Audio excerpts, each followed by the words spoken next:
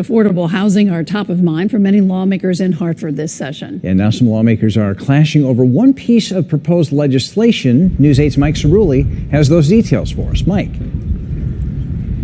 Yeah, Darren, good evening to you. This is really one of the most heated debates in the legislature, and it's a debate that sort of bends familiar ideological lines. You have many Democrats who argue that there's too much red tape, too many regulations standing in the way, and Republicans who defend many of those regulations. Right now, the marketplace, constrained by government regulations, is not allowing the marketplace to build the kind of housing that families in Connecticut need. At first glance, that criticism of government regulation and desire to set market forces free might sound like something you'd hear from a Republican. Actually, that man is one of the most powerful Democrats in the state of Connecticut, the Majority Leader of the House of Representatives, Jason Rojas. He's also one of the most outspoken advocates for building more housing in Connecticut, an area he says Deep Blue Connecticut lags some red states. Listen, Republicans across the rest of the country are on board with this. You go to a lot of red states, they're doing a lot better job of allowing housing to be built. They're far more economically vibrant than we are. But Republican legislators here in the Nutmeg State favor a principle known as local control, which gives deference to municipal planning and zoning boards.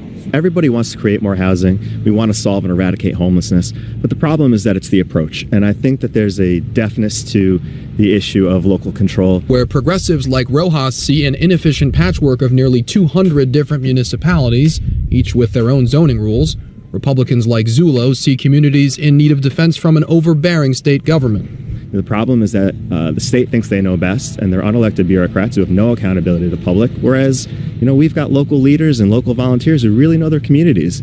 That fundamental clash over the issue of local control is on full display in the debate over House Bill number 6944, which advocates have called the Towns Take the Lead Act.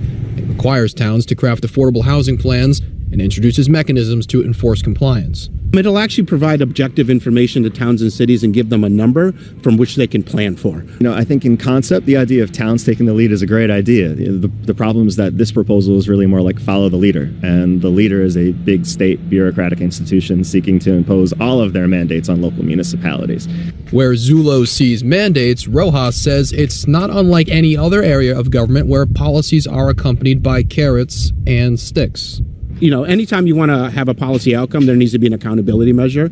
And that's what we're talking about here. We can call it a stick. I call it accountability. And one area where these two men might agree is on cutting some of that red tape. Representative Rojas has advocated for rolling back some environmental regulations in order to build more housing. But when it comes to building developments like this affordable housing project here in East Hartford, there's still a lot of gaps between the red and the blue. Reporting in East Hartford tonight, Mike Cerulli, News 8.